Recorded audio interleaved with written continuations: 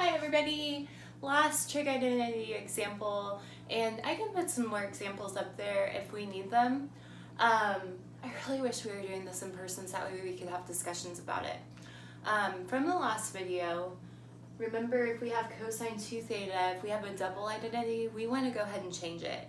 So cosine 2 theta is cosine squared theta minus, sine squared theta plus cosine theta equals 0.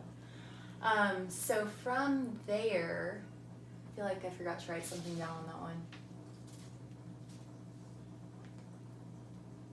From there, nope, I didn't forget to write something down.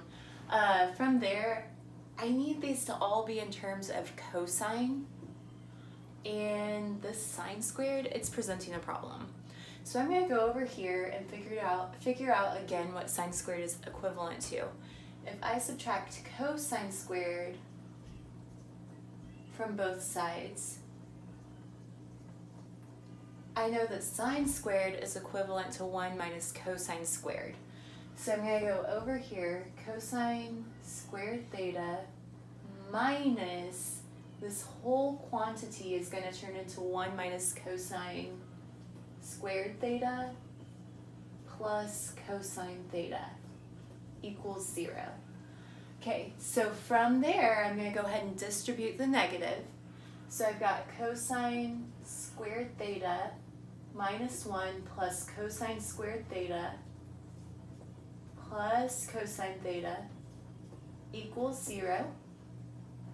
I've got 2 cosine squared thetas, so I'm going to go ahead and combine my like terms, just like in algebra. So 2 cosine squared theta plus cosine theta minus 1 equals 0. And I'm here, I'm looking at it, and it's got a squared term. It's looking like I'm going to have to factor it. So out here to the side, I'm going to put x equals cosine theta and change all my cosines to x's, so factoring is easier for me. So 2x squared plus x minus 1 equals 0. So when we're factoring, we get 2x minus 1 times 2, times x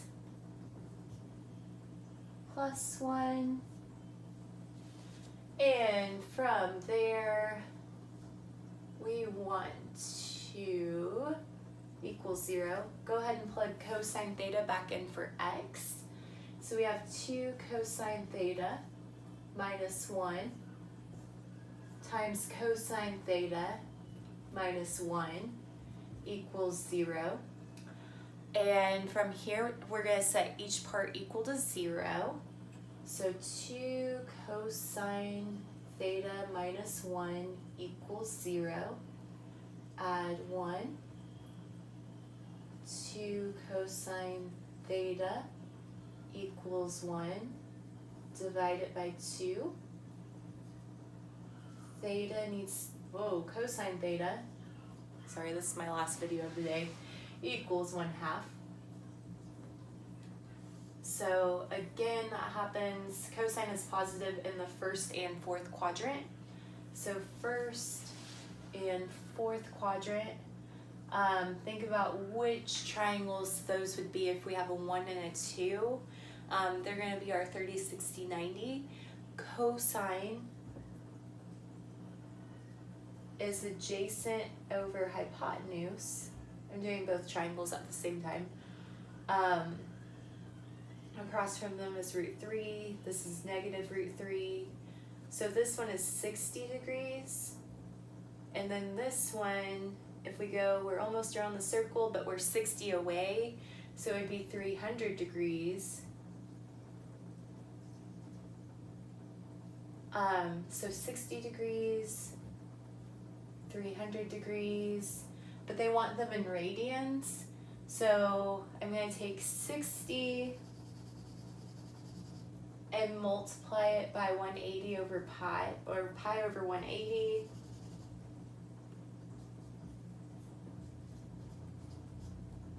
So 60 divided by 6 is 1, so pi over 18 divided by 6 is 3, so pi over 3 is one answer.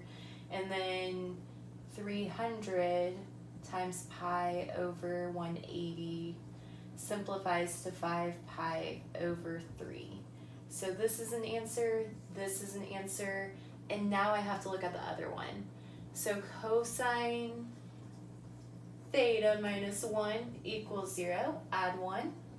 Cosine theta equals 1. Make your quadrant. So we have right here is 1, 0, 0, 1, negative 1, 0, and 0, negative 1. So cosine are your x values. Right here my x value is 1. Going around the circle, nowhere else is it 1. So 0 degrees and 360 degrees also work. And that's 0 and 2 pi, because start and finish of a circle. So my final answers are 0, pi over 3,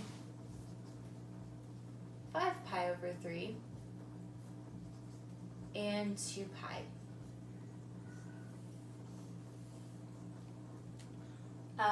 Thank you guys for doing Trig Identities with me.